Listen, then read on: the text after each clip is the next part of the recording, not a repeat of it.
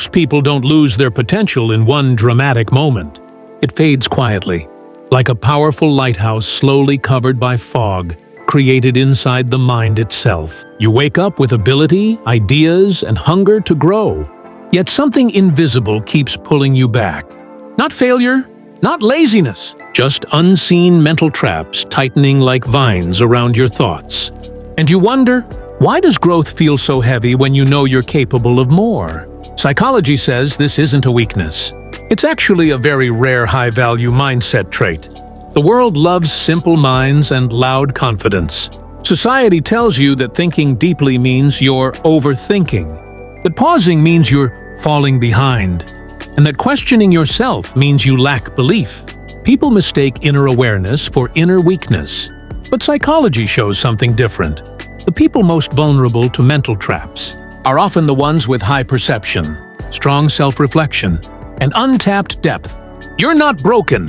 You're untrained in protecting your mind. One of the most dangerous traps is believing every thought deserves your trust.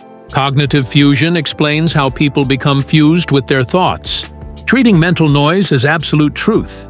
When your mind whispers, "You're not enough," it feels permanent, like ink spilled on white paper. But thoughts are weather, not the sky.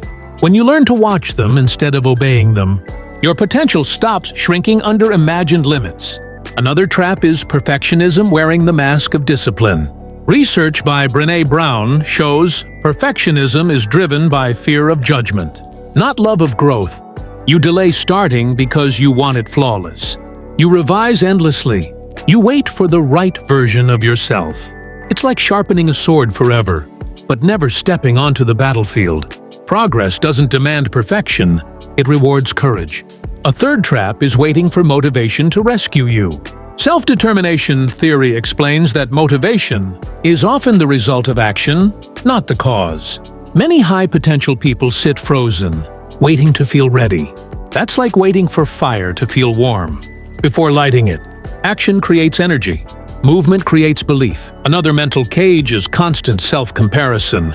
Social comparison theory shows how measuring yourself against others distorts self-worth. You compare your private struggles to someone else's public wins. That's like judging your entire journey based on someone else's finish line. Your path isn't slower, it's different. Then there's the trap of glorifying exhaustion. Burnout research by Christina Maslach proves chronic mental fatigue destroys creativity and focus. Yet many people treat rest like weakness. You feel guilty for stopping. You call it discipline. But even storms need silence to pass. Rest isn't quitting. It's refueling the mind that carries your future. Another quiet destroyer is believing your past defines your ceiling. Neuroplasticity shows the brain reshapes itself through experience. Yet many people live as if old mistakes are permanent labels.